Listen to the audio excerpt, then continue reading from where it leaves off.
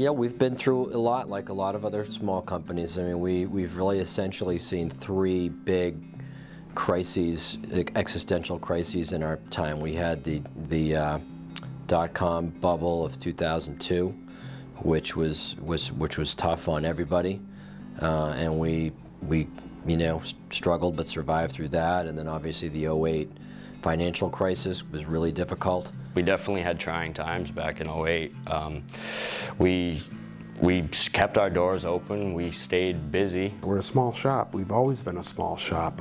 We've grown a little bit in recent years. We've typically been 40 or less, and when you get into a shop of that size, everybody plays a role. It was hard for them to come out of the office and say, hey, either we gotta, everybody take a hit on their, on their hours and their wages and stuff just to keep everybody employed. Our owner, Charlie, drummed up work in any way he could to keep us all working and keep us busy. When someone was absent because they had to be laid off or, because they had childcare needs that needed to be addressed, you feel that more than some of these bigger companies, I think. We outsourced, we did millwork cabinetry, we did all kinds of anything he was drumming up for work, we were doing. Parts of our business are doing very, very well because of the dynamics of COVID, and there's parts of our business in the restaurant and hospitality that are suffering, and so we need to be,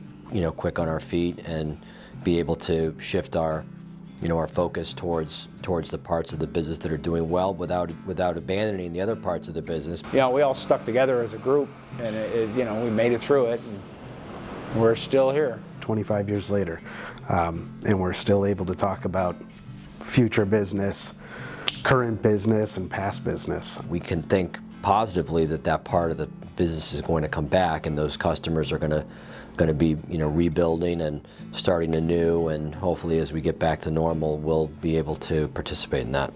I think that's kind of I guess something that we need to applaud Vigilant for, is the fact that through all those challenges we've been able to make it.